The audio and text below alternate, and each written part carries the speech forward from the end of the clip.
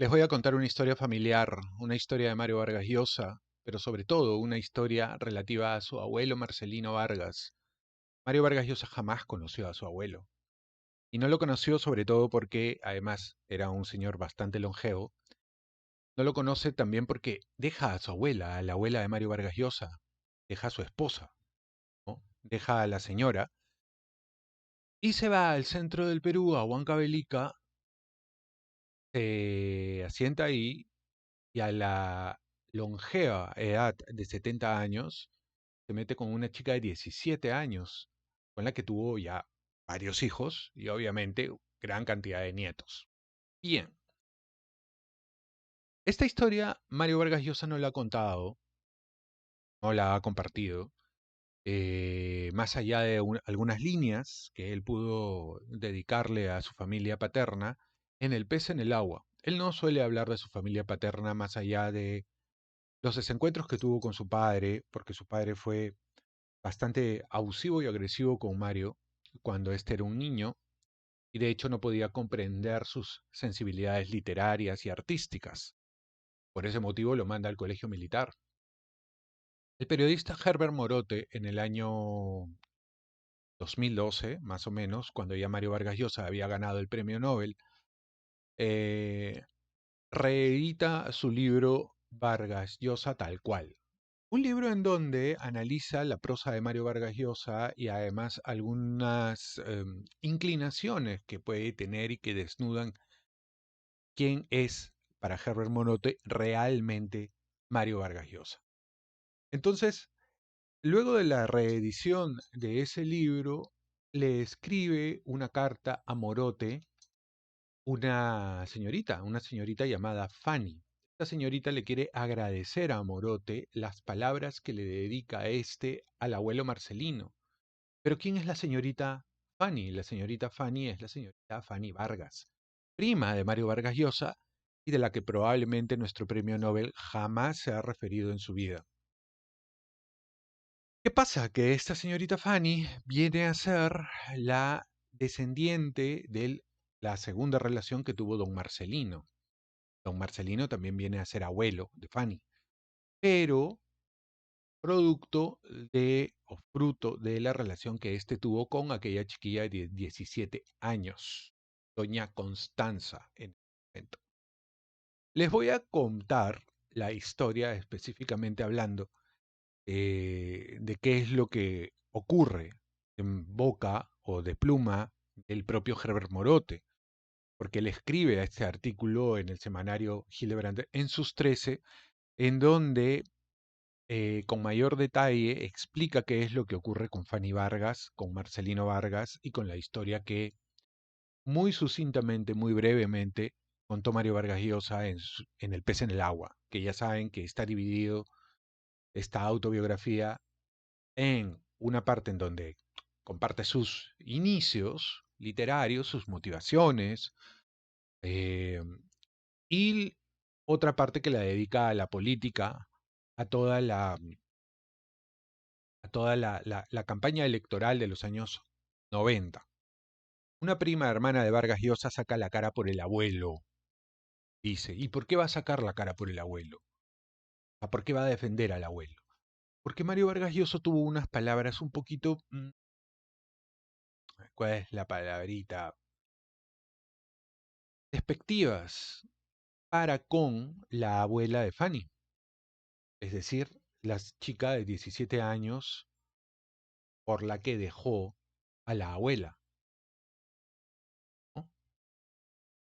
Una prima hermana de Vargas Llosa saca la cara por el abuelo. El racismo del gran novelista es señalado en unas líneas de lo más incómodas.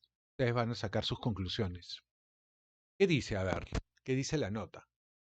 La segunda edición del libro Vargas Llosa tal cual, esa es la publicación de Herbert Morote, trae, entre otras sorpresas, la transcripción de una carta que el autor recibió hace pocos meses, es decir, el mismo año de la reedición, 2012, y que está suscrita por la señorita Fanny Vargas, nieta de Marcelino Vargas Andrade, abuelo paterno de Mario Vargas Llosa. Fanny, por lo pronto, o por lo tanto, como lo subraya Morote, es prima hermana del Premio Nobel de Literatura. La comunicación expresa el agradecimiento de la autora y de su familia a las palabras amables que Morote dedicó a don Marcelino Vargas Andrade, el abuelo que el novelista no conoció y a quien le dedica unas pocas líneas en su autobiografía titulada El pez en el agua, que por cierto he leído en este canal.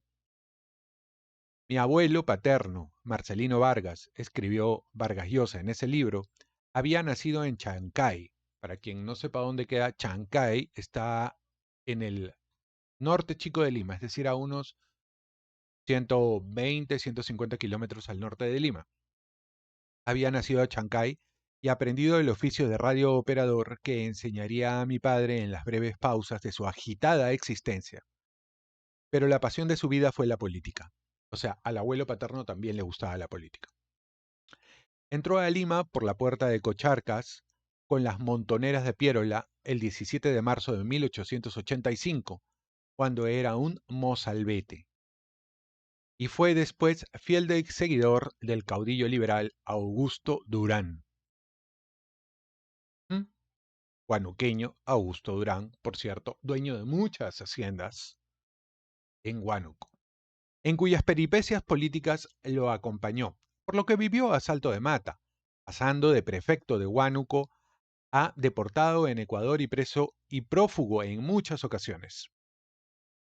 Esta sobresaltada vida obligó a mi abuela Zenobia Maldonado, una mujer a la que las fotos muestran con expresión implacable y de quien mi padre decía conmovido que no vacilaba en azotarlos hasta la sangre a él y a sus hermanos cuando se portaban mal. Esto probablemente explicaría por qué don Ernesto Vargas era muy agresivo, ¿no? A él le habían pegado mucho de chiquito. Antes se pegaba así, pues, ¿no? Con chicote. Te daban duro. Que no vacilaba en azotarlos hasta la sangre a él y a sus hermanos cuando se portaban mal, a hacer toda clase de milagros para dar de comer a sus 5 hijos, a los que prácticamente crió y educó ella sola. Tuvo 8, pero 3 murieron a poco de nacer. Fue tan angustiosa la situación económica en la que creció el padre del novelista que no pudo terminar la secundaria. ¿Mm? En efecto, a la edad de 13 años, hubo de interrumpir Ernesto Maldonado, ¿no? El papá de Mario Vargas Llosa, sus estudios en el Colegio Guadalupe para hacerse ayudante de un zapatero remendón y más tarde operador de telégrafo.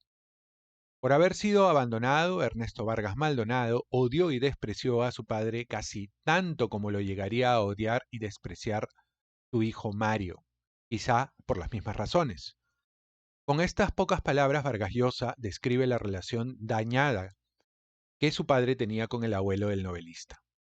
Dice, mi abuelo Marcelino, luego de la muerte de doña Zenobia, había culminado su peripecia aventurera con algo que llenaba de vergüenza a mi progenitor, yéndose a vivir con una india de trenza y pollera a un pueblecito de los Andes centrales, donde terminó su existencia nonagenario y cargado de hijos como jefe de estación del ferrocarril central.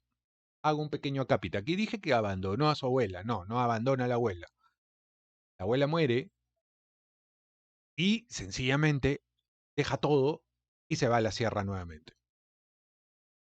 A ver, raza le viene al galgo, ¿no? El fruto no cae tan lejos del árbol.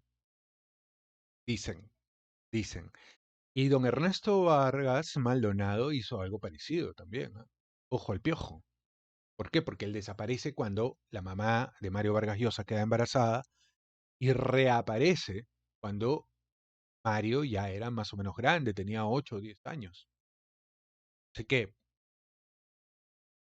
bien, dice, ¿no? Mi abuelo Marcelino, luego de la muerte de doña Zenobia, había culminado su peripecia aventurera con algo que llenaba de vergüenza a mi progenitor, yéndose a vivir con una india de trenza y pollera a un pueblecito de los Andes centrales, donde terminó su existencia nonagenario y cargado de hijos como jefe de estación del ferrocarril central.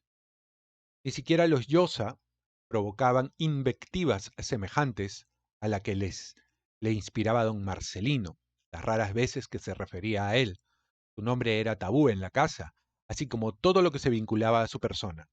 Y sin duda por ello, yo alenté siempre una secreta simpatía por el abuelo paterno que nunca conocí. Estamos claros, entonces, dice aquí el autor de la nota, don Marcelino fue, además de pierolista, furibundo y armado, un macho irresponsable, andariego, y podría decirse que superdotado. Tuvo 17 hijos firmados, firmados, 8 con la señora Zenobia Maldonado. Uno de ellos, como hemos dicho, fue Ernesto Vargas Maldonado, padre del escritor, y 9 con Constanza Serpa, 9 hijos con Constanza Serpa, que así se llamaba esa india de trenza y pollera, a la que tan despectiva y limeñamente alude el autor de La Utopía Arcaica. Bueno, hay que decir que más que limeña, Mario es arequipeño, ¿no? Y toda su familia es arequipeña. Y además ha vivido en Cochabamba, en Bolivia. Eh, mm, pero sí es cierto, hay una aristocracia limeña que es muy racista, y lo sigue siendo aún, que ya no vendría a ser una aristocracia, ¿no? Es una clase muy alta, pero el dista de ser aristócrata. ¿Qué más dice? Casi maometano, don Marcelino, revela Morote, se juntó con Constanza cuando él tenía 70 años y ella 17. La carta de esa nieta, de ese abuelo insaciable, revela cuán vigente está todavía el problema del racismo en el Perú. Eh, y aquí es parte de la carta que manda la, vendría a ser prima, hermana de Mario Vargas Llosa, ¿no? Una prima, ¿no? Porque comparten el mismo vuelo. La presenta lleva impregnado en sus líneas un agradecimiento profundo de parte de mi abuelo, don Marcelino Vargas Andrade, que ya descansa en paz, del Señor, ¿no? Hace muchos años, y a quien usted defendió en su obra Vargas Llosa tal cual. Soy nieta de don Marcelino Vargas, abuelo también de Mario Vargas Llosa. Mi padre fue uno de los 9 hijos que don Marcelino Vargas hizo con mi abuela Constanza Serpa, la india de trenzas que llamó Mario Vargas Llosa en su obra El pez en el agua y que causó indignación en sus hijos. Ellos, mi abuelo y mi abuela, forjaron una entrañable familia en las alturas de los Andes, Tellería, Huancavelica, donde mi abuelo tomó el cargo de jefe de estación del ferrocarril central, puesto que cuando mi abuelo murió heredó eh, mi padre a sus escasos 16 años y luego le sucedió mi tía como primera mujer jefa de la estación del ferrocarril. Esta misiva lleva casi 2 años en espera, hasta hoy que me atreví a enviarla. Así me gané tal vez alguna antipatía gratuita de Mario Vargas Llosa al tomar partido por las maravillosas líneas vertidas por usted en su obra Mario Vargas, o mejor dicho, Vargas Llosa tal cual, donde desnuda la personalidad de don Mario. Usted no sabe la inmensa alegría que causó en mi padre, tíos y hermanos al leerles aquellas frases tan reivindicativas para con mi abuelo Marcelino, al que nunca conocí, pero que eh, se creó alrededor de él toda una aura de leyenda por su inmensa personalidad que emanaba. Montonero, defensor de libertades, todo un aventurero, ¿no? Esa página 13 de su obra Vargas Llosa, tal cual, quedará enmarcada. ¿Mm? Bien, entonces, el abuelo de Mario, a, a lo que quiero llegar un poco es a la psicología a la psicología del literato, ¿no? Que también es una disciplina. El abuelo de Mario Vargas Llosa tenía el mismo ímpetu que Mario Vargas Llosa, también le gustaba la política, también era medio aventurero, estuvo relacionado con las comunicaciones de alguna forma, y también finalmente hacía lo que le daba la gana, hay que decirlo así. Y Mario Vargas Llosa hacía lo que le daba la gana. También es cierto de que ha tenido que forjarse él a sí mismo para poder tener la posibilidad de hacer básicamente lo que le da la gana, independientemente de si eso es bueno o malo. Él hacía lo que le daba la gana. Y don Marcelino, su abuelo, también lo hizo, ¿no? No dejó a la abuela. Yo al inicio dije que había dejado a la abuela, no la dejó. La señora falleció, la señora abuela de Mario Vargas Llosa, y en ese momento él se va. Pero esa actitud de irse, de abandonar a los hijos, nunca fue perdonada por Ernesto Vargas Maldonado. Nunca lo perdonó y siempre trató mal a su padre. De la misma manera que Mario trató mal a Ernesto, a don Ernesto. Bien, pero a ver, ¿qué dice Herbert Morote en torno a este tema? ¿No? Porque está bien interesante. Esto es parte del texto, que no voy a leer todo, lógicamente, pero donde habla un poco de la familia paterna de Mario Vargas Llosa, en el libro Vargas Llosa tal cual, de Herbert Morote. ¿Ah? Vamos a leer un poquito, vamos a leerlo un poquito.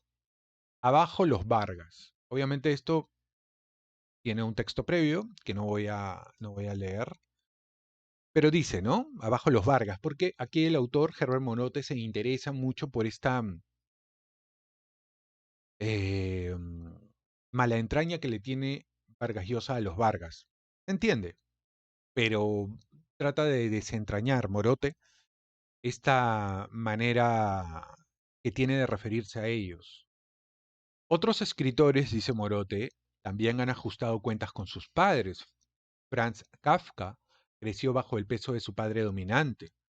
Su rigor, incomprensión y falta de sensibilidad sobrepasó la infancia de Franz, influido por él aún a los 36 años. Franz Kafka, ¿no? Se sintió obligado a romper su compromiso matrimonial. Era la segunda vez que plantaba a una novia por la misma causa. El terror a su padre lo paralizaba. Al no saber cómo defenderse, escribió el libro Carta al Padre, que comienza diciendo, Querido padre, hace poco me preguntaste por qué digo que te tengo miedo. Como es habitual, no supe qué contestarte, en parte porque en la justificación de dicho miedo intervienen demasiados pormenores para poder exponerlos con una aceptable consistencia. Y sí, valiéndome de esta carta, procuro responder a tu pregunta por escrito. Lo haré, a no dudarlo, en forma muy incompleta, ya que aún escribiendo, el miedo y sus efectos me atenazan cuando pienso en ti. Al poco tiempo de nacer, Jean-Paul Sartre, su padre, murió. Ese lamentable hecho no lo salvó de recibir en las palabras las invectivas de su hijo. Si hubiera vivido, mi padre se habría echado encima de mí con todo su peso y me habría aplastado. Afortunadamente murió joven. La muerte de Jean-Baptiste fue el gran acontecimiento de mi vida. Hizo que mi madre volviera a las cadenas y a mí me dio la libertad. Morir no basta, hay que hacerlo a tiempo. Más tarde me hubiera sentido culpable. Yo estaba encantado. Mi triste condición imponía respeto, fundaba mi importancia. Vargas Llosa, y aquí entra de lleno en el tema de Mario Vargas Llosa, no tuvo la suerte que la muerte de su padre fuese permanente. Su traumática aparición dejó profundos resentimientos que no se han borrado de su memoria. Entonces, junto con el terror, me inspiró odio. La palabra es dura, y así me lo parecía también entonces. Ese odio no desapareció, y como veremos más tarde, Mario fue el único de la familia Llosa que siguió odiándolo. Su madre y sus tíos tuvieron una reconciliación con él que duró hasta la muerte. No fue la única relación que Ernesto Vargas pudo mantener con sus otros dos hijos, y la madre de ellos estableció lazos respetuosos y comprensivos a tal punto que en tiempos en que el padre peleaba con los Llosa, llevaba a Mario a vivir a casa de la gringa alemana donde era cuidado con cariño. Para quien no lo sepa, la gringa alemana era la segunda relación que tuvo Ernesto Vargas. Mario Vargas Llosa tiene unos medio hermanos que viven en los Estados Unidos. Uno vive en los Estados Unidos, me parece que el otro falleció. Y eh, por un tiempo Mario Vargas Llosa vivió con esta alemana, ¿no? Con la que estuvo Ernesto Vargas. La materialización del odio al padre en el texto es en muchas partes burda y carente de fineza. Vargas Llosa lo ha podido hacer mucho mejor, con más sutileza, de modo que no se note el veneno. Otra alternativa que pudo haber tomado era la de enderezar la pluma y vomitar su odio sin justificarlo ni adornarlo. ¿Qué respeto merecía aquel que lo sacó del paraíso y le mostró la crueldad de la vida? Aquí, um, eh, Herbert Morote, ¿no? Escribe analizando un poco la psicología de Mario Vargas Llosa a la hora de vertir todo este odio en su padre, ¿no? Acusándolo de poderlo haber hecho mejor, hacer mejor esa parte literaria, esa parte de la redacción. También hubiera podido escribir sus memorias con la coherencia meticulosa de sus primeras novelas. Cualquiera de estas posibilidades hubiese sido mejor para alguien que pretende dar un discurso moral, que la de aludir o acudir al efectismo literario buscando la complicidad del lector. Quizá esperaba que éste se dejase llevar a galope, tendido por la historia del encuentro con ese señor, y no tuviera la paciencia para detenerse a examinar con atención el texto. Pero ¿quién era Ernesto Vargas, el padre de Mario Vargas Llosa? Leemos que cuando tiene 13 años abandona el Colegio Guadalupe para contribuir al mantenimiento de la familia trabajando como aprendiz en la zapatería de un italiano. 30 años más tarde tenía la representación de la International News Service. Era además corredor de inmuebles. Tenía un auto propio, que en esos tiempos era un lujo. Mantenía 2 casas, 3 hijos estudiando en buenos colegios y quizá hasta 2 mujeres. ¿Ah? Supongo que la gringa, se refiere a la alemana, recibiera pensión alimentaria. Bien podría el lector asentir que Ernesto Vargas fue uno de esos casos de superación personal, al menos en cuanto a objetivos económicos se refiere. Claro, ¿por qué? Porque Ernesto Vargas, cuando es retratado por Mario Vargas Llosa, es un tipo pérfido, violento, malo, ¿no? Es la entraña propia de la maldad. Pero si nosotros lo vemos de manera muy, qué sé yo, objetiva, quitando aquellos elementos negativos, grises, que todo el mundo tiene también, por cierto, es alguien que se ha superado, ¿no? Que ha salido adelante. ¿Cómo llegó Ernesto Vargas a esa posición? Se pregunta el autor. Pues ese chico aprendiz de zapatero fue luego radiooperador del correo gracias a los rudimentos de radiotelegrafía que le enseñó don Marcelino. Un paréntesis para anotar el tono displicente de rudimentos que usa el hijo escritor. Un radiooperador o sabe o no sabe, algo más que rudimentos debió enseñarle don Marcelino. En cualquier caso, un telegrafista de esos tiempos era un oficio por lo menos equivalente a lo que hoy es un operador de computadoras. Claro, porque Mario Vargas Llosa, en su afán de dejar mal a su padre, más allá de lo que realmente haya sido ese señor, como que es un poco despectivo con el oficio que tenía el padre, ¿no? Radiooperador de telégrafos, en ese momento, en ese tiempo, como dice aquí el autor, tampoco era cualquier cosita, ¿no? O sea, no era para desdeñarlo de esa manera. En cualquier caso, un telegrafista de esos tiempos era un oficio por lo menos equivalente a lo que es hoy un operador de computadoras. Y con todo, pudo mantener 2 familias. Y fue responsable, dentro de todo, con las 2 familias. O sea, no se desentendió. Aunque muy al inicio sí se desentendió con la mamá de Mario Vargas Llosa, ¿no? Cuando su padre o cuando su madre muere en 1925, Ernesto tenía 20 años y era telegrafista en el puerto de Pisco. Ese año se saca un premio de lotería. ¿Qué hace este joven limeño que ha trabajado arduamente desde chico? Pues lo que haría cualquier limeño con inquietudes. Se va a Buenos Aires, que era para América Latina lo que París para Europa. Su hijo escritor le reprocha, donde vivió una vida disipada. Pero, ¿cómo hubiese querido que viva un joven lleno de energía, como un reprimido sexual? Continúa el hijo. Su dinero se agotó rápidamente. Si eso fuese cierto, no sería reprochable para un joven que no tenía responsabilidades familiares. La vida que pasó Ernesto Vargas en Buenos Aires hubiera sido envidiada por cualquier joven limeño de los años 20 o de estos años.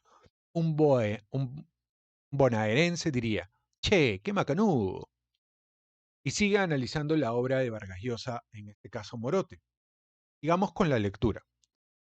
Con las obras del dinero, tuvo la prudencia de perfeccionar sus estudios de radiotelefonía. Con las sobras, dice el autor que critica a Mario. Es una frase despectiva, chocante. Sobras de comidas, desechos, desperdicios. Se nota demasiado el parricidio. Probablemente fue al revés. Con las sobras del costo de sus estudios llevó una vida alegre. Esa actitud sería más consecuente con la vida metódica que llevó Ernesto Vargas. Como se podrá colegir posteriormente, lo que pudo haber pasado es que el tal Ernesto se fue a Buenos Aires a perfeccionar sus estudios, vio cuánto le costaba, separó el dinero y con el resto se divirtió.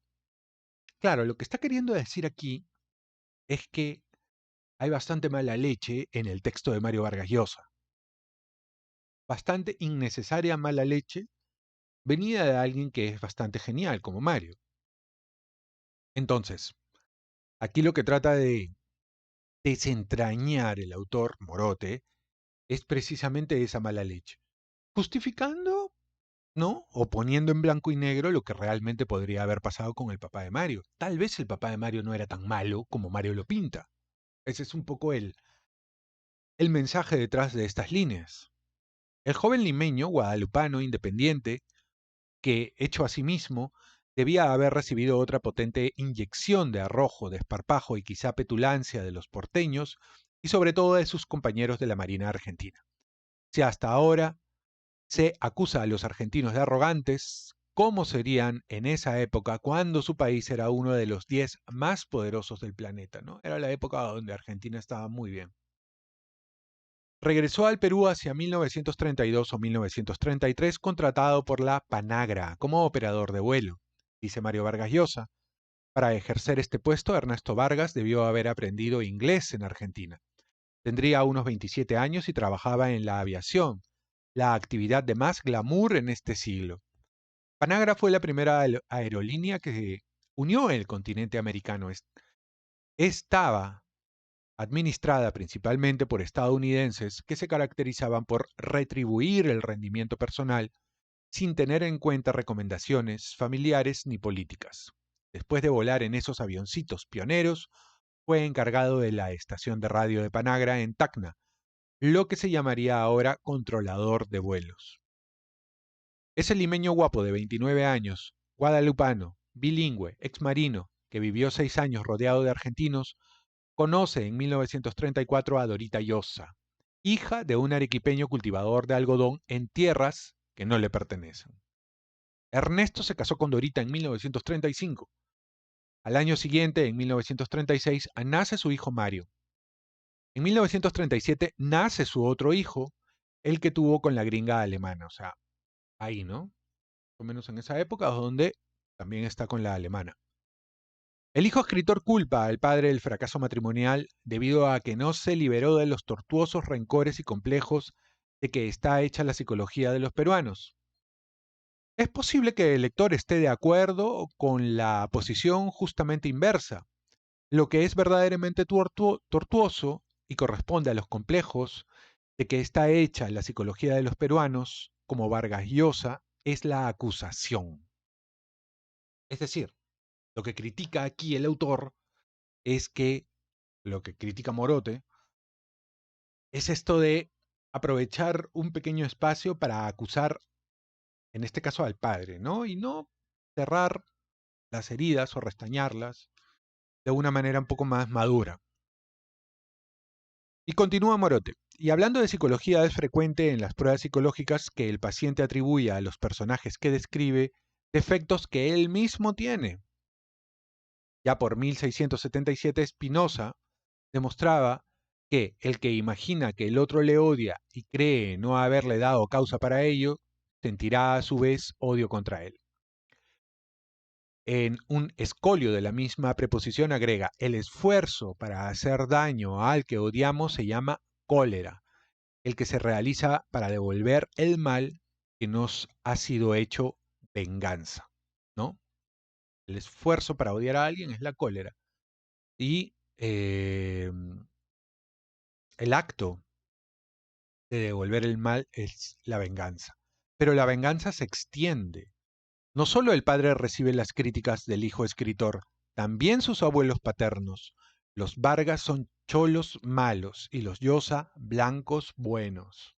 ¿Ah? Esta parte está interesante, ¿no? Porque es un poco el análisis, un análisis ya no de la parte, es decir, del propio Mario, sino un análisis externo que no deja de tener una buena dosis de verdad.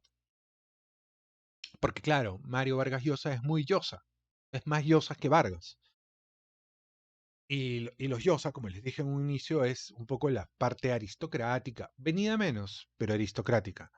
A pesar que los Vargas también son blanquitos, solamente que los Vargas son comunes y corrientes, o sea, gente de clase media o de clase media superada, clase media baja, ¿no? Gente que chambea, trabaja, es de a pie y tal, o sea, no tiene ningún tipo de vara o de privilegio, o hacen a sí mismos. Dice Morote, ¿no? Pero la venganza se extiende, no solo el padre recibe las críticas del hijo escritor, también sus abuelos paternos. Los Vargas son cholos malos y los Llosa blancos buenos. El maniqueísmo de El pez en el agua no es sorprendente. Mario Vargas Llosa lo emplea en sus artículos periodísticos. No es suficiente atacar a Fidel Castro sin reconocerle el más mínimo logro. Hay también que elogiar sin cortapisas a la Thatcher, a Reagan, al neoliberalismo, justificando o haciendo caso omiso de sus errores, pequeños o grandes. Pareciera que Mario Vargas Llosa evitase criticar alguna faceta de la causa que defiende por temor a fortalecer al enemigo. Es la paranoia de los que se creen grandes. No se ha dado cuenta que criticar una causa justa para que ésta sea incluso mejor es contribuir a robustecerla, a evitar que los comprensibles errores humanos desvíen sus logros. Pero esa es otra historia, interrumpe el barman de Irma la Dulce. El maniqueísmo del pez en el agua es evidente. Para Mario Vargas Llosa no es suficiente declarar que su familia Llosa es buena, descendiente de españoles y unida. Los Vargas son malos, son cholos a pesar de ser blancos y son desunidos.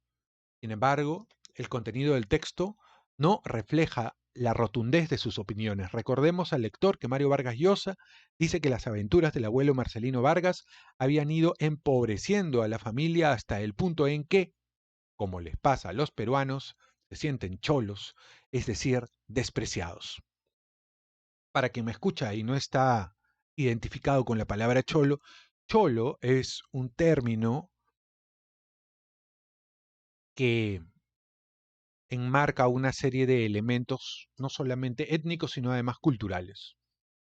El Perú es cholo porque es mestizo, pero probablemente en boca de algunas personas, lo cholo ya no es tan mestizo, sino más pegado a indio. Y además supone todo un sentido estético de la vida, que para Mario Vargas Llosa sería guachafo, siendo Mario Vargas Llosa también cholo. Solo que él se desmarca de eso, o de repente por momentos lo asume y lo asume y se quiere desmarcar, ¿no? Entonces siempre está muy presente eso. Y claro, no se siente tanto porque como está en forma de literatura, es como que él se pone al margen. Él es un dios y solamente tira los dados y allá los personajes como los vayan jugando. Bien, continúa ya aterrizando en la parte que tiene que ver con el abuelo. Separemos los dos argumentos. Uno, el abuelo Marcelino arruina y rebaja a la familia Vargas. Dos, hay peruanos que se creen blancos y cuando se empobrecen se creen cholos. Tomemos por ahora el primer argumento. El otro lo veremos más adelante. En ninguna parte del libro nos enteramos de que la familia Vargas Maldonado se haya empobrecido. Nunca fueron ricos. Fueron pobres de principio a fin. En todo caso, los hijos salieron de la pobreza.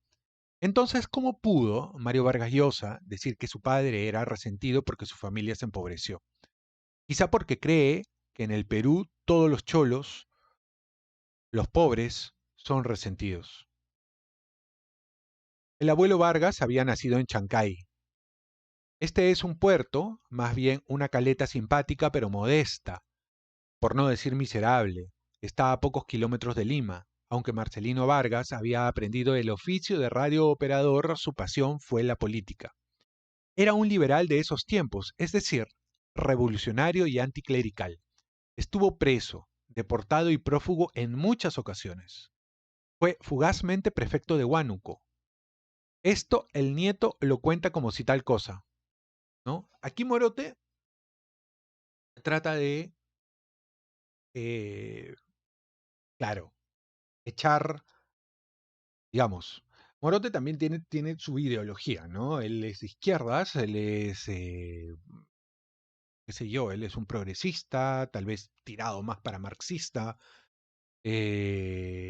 Entonces critica, y va a ser muy crítico, de la ideología de Mario Vargas Llosa en términos liberales.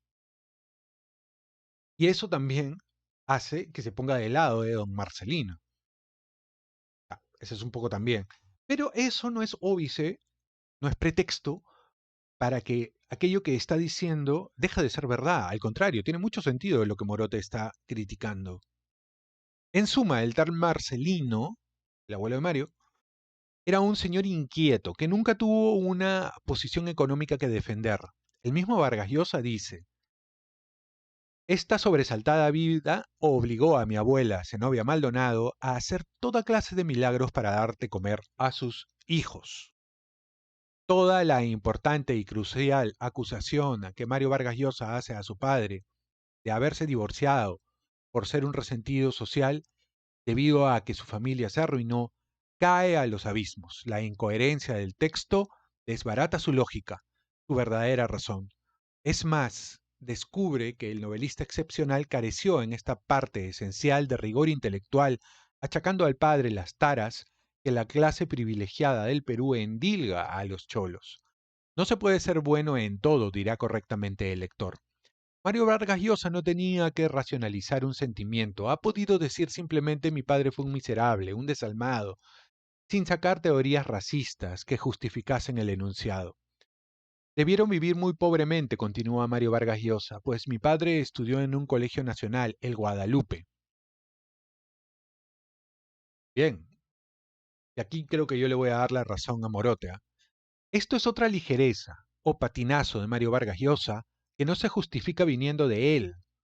No por estudiar en un colegio nacional había que ser pobre. Los muy pobres en el Perú no iban ni van al colegio. Por otro lado, el mismo Vargas Llosa terminó en un colegio nacional y no en el Guadalupe como quiso hacerlo, sino en uno de provincias. Pero esto tiene más cola. Si el lector fuese un peruano de cierta edad o conociese algo de la historia de la educación de ese país, sabría que el Colegio Nuestra Señora de Guadalupe fue, hasta hace algunas décadas, el mejor colegio del Perú y uno de los mejores de Sudamérica. El Guadalupe fue fundado el 14 de noviembre de 1840 por el español Sebastián Lorente y desde entonces mantuvo un espíritu liberal. En su primera época fue rival del Colegio San Carlos, que era dirigido por el ilustre educador Bartolomé Herrera. El eclipse del Guadalupe comenzó en 1947 cuando sus alumnos hicieron una sonada huelga de hambre y se apoderaron del colegio. ¡Qué coincidencia! En ese tiempo Bustamante, el lejano pariente de los Llosa, era presidente y el general Odría, ministro de gobierno. Más tarde Odría usurpó el poder y asfixió al Guadalupe, reduciendo su presupuesto. En honor a la verdad, habría que agregar que Odría expandió la educación secundaria, construyendo una extensa red de unidades escolares. Los guadalupanos, antes de Odría, eran temidos y envidiados por los alumnos de otros colegios. La arrogancia y excesiva virilidad que mostraban en campeonatos deportivos y desfiles eran proverbiales. Muchos limeños de la edad de Vargas Llosa, a pesar de no haber estudiado en aquel colegio, deben recordar todavía el himno guadalupano, que sus alumnos hacían resonar por las calles de la capital. Guadalupe es el colegio de gloriosa juventud. Somos los guadalupanos el orgullo del Perú. Bueno, en ese colegio quizá durante su apogeo cultural estudió el padre de Mario Vargas Llosa. Miles de peruanos lo habrían envidiado. No era fácil entrar en esa institución. Su hijo dice que entró porque debía ser muy pobre y no dijo nada más. No podía. Regresemos al abuelo Vargas, que además es el título de este video. Mi abuelo Marcelino, luego de la muerte de doña Zenobia, la abuela de Mario Vargas Llosa, había culminado su peripecia aventurera yéndose a vivir con una india de trenzas y pollera a un pueblecito de los Andes, donde terminó su existencia nonagenario y cargado de hijos como jefe de estación del Ferrocarril Central. No tiene importancia para el nieto escritor ni curiosidad posterior el amor de un costeño por una indígena. ¿No era quizá el desencanto de un guerrero sin complejos? Veamos algunas connotaciones semánticas que utiliza Mario Vargas Llosa para rebajar a los Vargas. Y este es el punto que les ha llegado, que les ha jodido mucho a los Vargas, que haya hecho su primo Vargas Llosa, ¿no? La segunda mujer del abuelo es una india con trenzas y pollera, no una indígena, ni, mejor dicho, una mujer andina. No dice casándose con ella. No sabemos si se casó o no, sino yéndose a vivir. Marcelino muere cargado de hijos, no rodeado de hijos. Claro, esos son los pequeños términos que le dan al texto que escribe Mario Vargas Llosa una significación peyorativa, un desprecio ahí implícito. El abuelo no vivió en un pueblo de los Andes. Ya uno puede imaginar cómo serían aquellos pueblos. Vivía en un pueblecito de los Andes. Y si no nos equivocamos en la lectura, terminó su existencia como jefe de estación del Ferrocarril Central.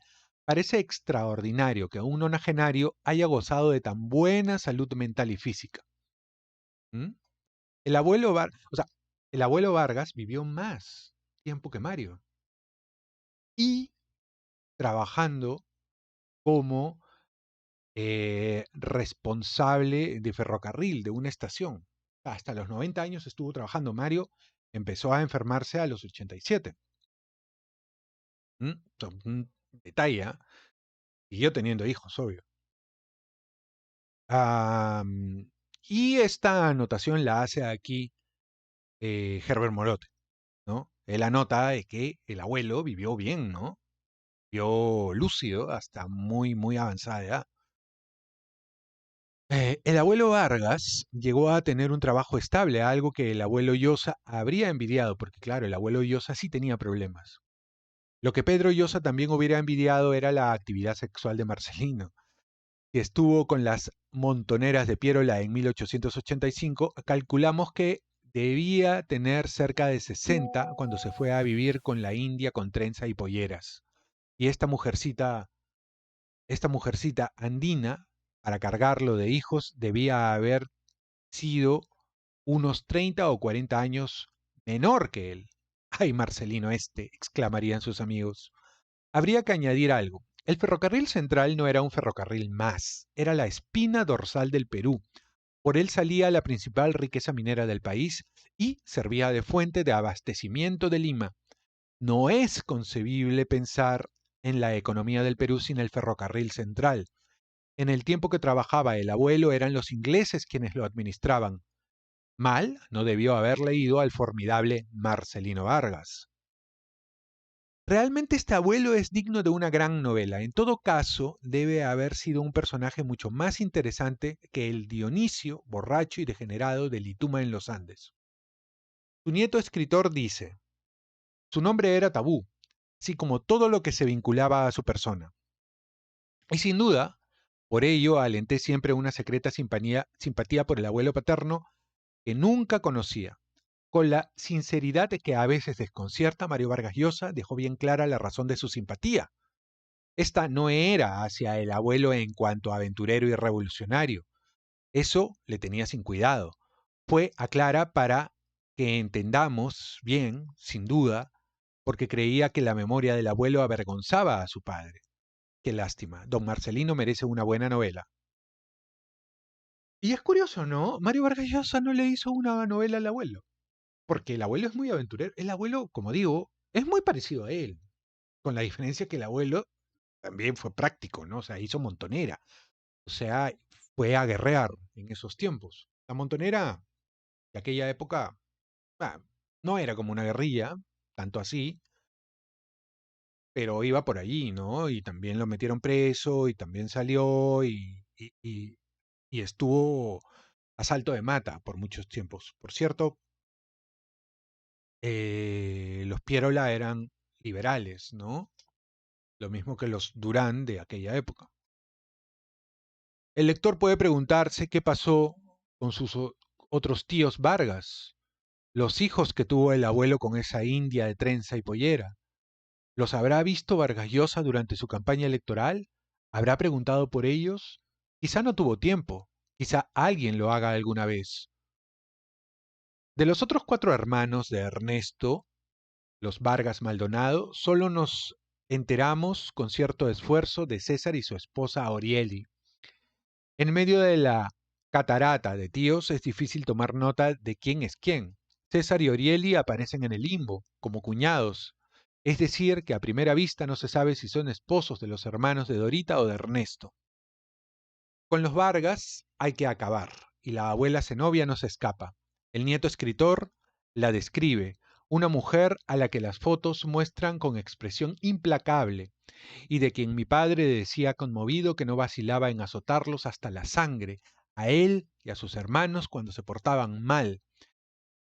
Tan mal recuerdo no debe haber dejado esa mujer de expresión implacable para que el hijo guardase no una foto, sino varias de su madre, y que quizá también, conmovido, recordase que ella hacía milagros para dar de comer a él y a sus cuatro hermanos.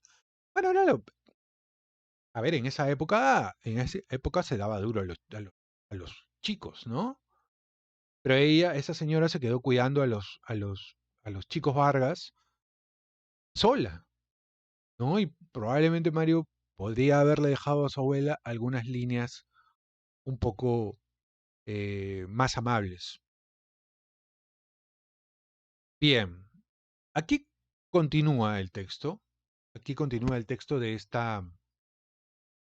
este ensayo que habla un poco de los yosai que yo quería anotar en este video y lógicamente si sigo leyendo me voy a extender un poco y no es la naturaleza del video, pero sí me parece, yo no sé, déjenme en los comentarios si les gustaría que les lea este ensayo que se llama Vargas Llosa, Vargas Llosa tal cual, porque el autor, Herbert Morote,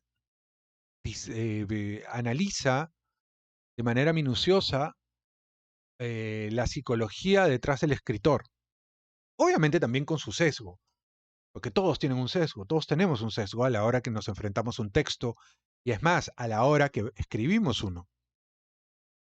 Pero me parece bien interesante la manera como hay una familia Vargas que tiene ese privilegio culposo, ¿no? De ser pariente de Vargas Llosa, pero de los que no se sabe absolutamente nada. A mí me gustaría saber quiénes son, si es que han heredado de alguna manera esa voluntad, ese afán aventurero, ese ímpetu, ¿m? De don Marcelino Vargas. Me gustaría saber. Muy bien, los dejo aquí. Nos vemos en el siguiente video y ya sabes, regálame un like, regálame un compartir, regálame un comentario. Comparte este video con las personas a las que tú consideras que les puede gustar y podemos continuar hablando no solamente de Mario Vargas Llosa, sino también de Jaime Bailey y algunos otros temas más que también pueden ser bastante interesantes. Nos vemos en el siguiente. Chau, chau.